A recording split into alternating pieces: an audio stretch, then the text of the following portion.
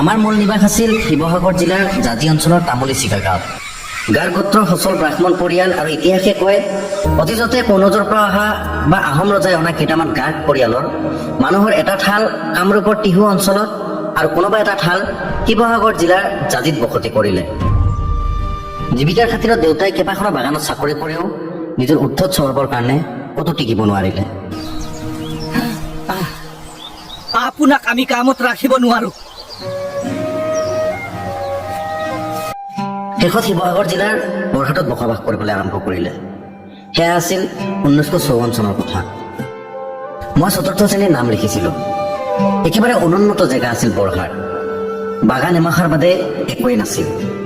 তেতিয়া কাষৰীয়া নগাসকলৰ বাবে বৰ গুৰুত্বপূৰ্ণ দেওবৰীয়া বৰহাট বজাৰ। সেই বজাৰত তেতিয়া আমি উলংগ নগা নাগিনীক বজাৰলৈ অহা দেখিছিলোঁ। অতি সোনকালে আপোনালোকলৈ দ্বিতীয় খণ্ডটো আগবঢ়াম। দ্বিতীয় খণ্ডটো চাবৰ বাবে চেনেলটো ছাবস্ক্ৰাইব কৰি ৰাখিব। ধন্যবাদ।